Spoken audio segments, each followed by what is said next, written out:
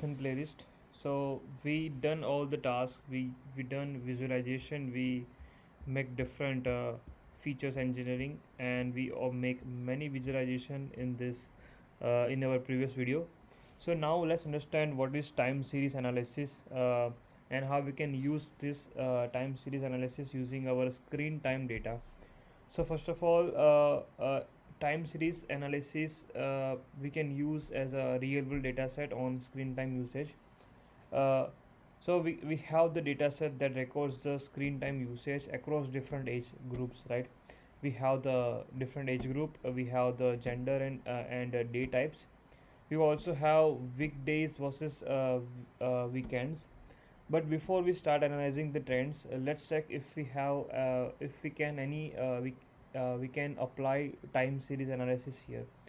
So first of all, the data set we have that includes some key columns that we already print our columns name. As you can see, let's check it out. As you can see, we have the columns name, age, gender, screen time type, day type, average screen time, sample size, and sample size. So as a age, it defines the age group of users. As a gender, male and female. Screen time type, educational, recreational, and total screen time. Also, we have day type, which shows the weekend and weekdays. Average screen time, it's recorded screen time. So we don't have any clear data column, and we can time series analysis typically require timestamps like daily or monthly records, but we can still explore patterns across the weekends and weekdays. So let's start with grouping our data by day type. We can observe how screen time differs on weekdays versus weekends. It will help us to detect patterns or even without a timestamp column. So let's try with writing our first code of here.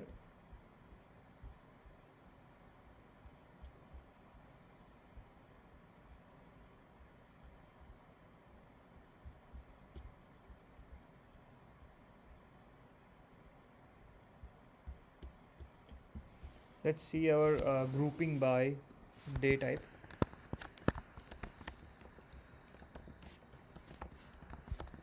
Day type and age to analyze our trends. So average screen time is equal to df dot group by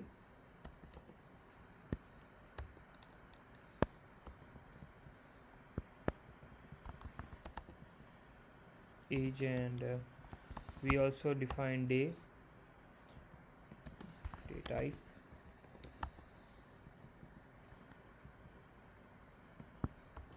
Close this parenthesis and add one more average of average screen time we have in hours, and after that dot mean dot unshake, and so let's run this code. As you can see, we have df not defined. So let's understand. We have to define this. Okay, we have to run this code again.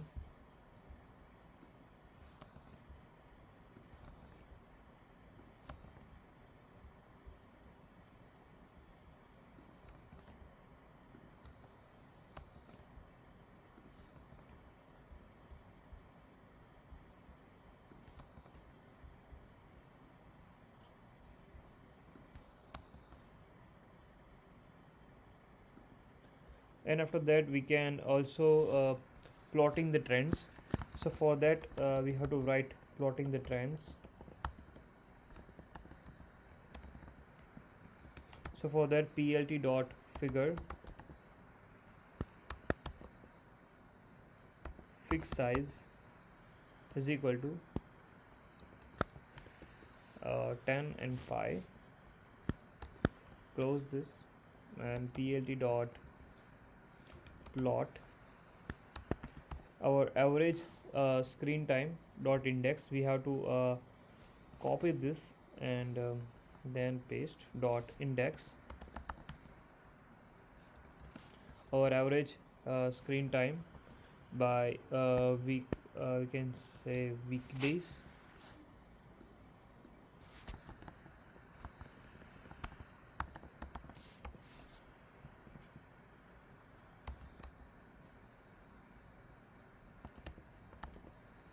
Let's say marker 0 o, let's say o, and label we can use weekday.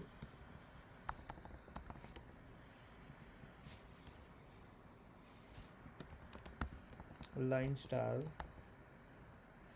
is equal to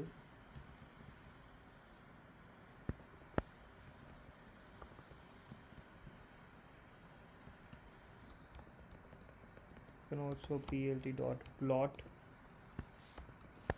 average screen time dot index and screen time dot weekend, and also we can also use marker s. And let's just copy this code. We have to close this parenthesis and copy this, and let's paste here.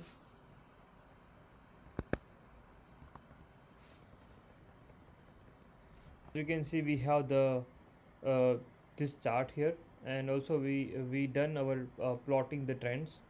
So now let's try with customizing the plot. So for customizing the plot we have to add different code here. So for that plt dot, actually we can also add here.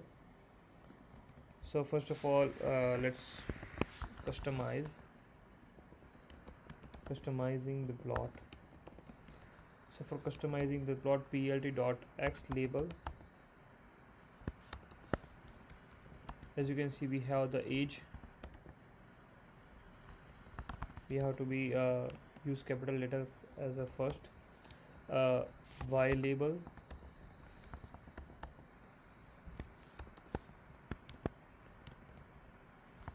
here average screen time in hour. Also plt dot title, we'll give the title here because we don't have any title. Let's say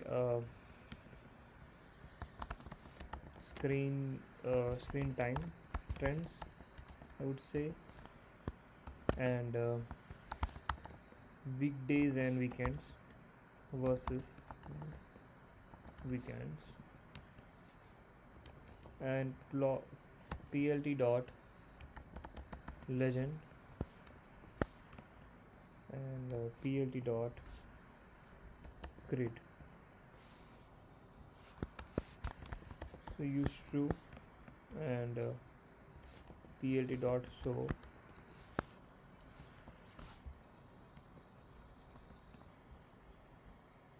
So now you can see the output over it shows the screen time trends and weekends and weekdays. So as you can see the age here we have from 6 from like 6 to 14, around before 6 I would say, and average screen time in hours. So this was a time series analysis using our data set.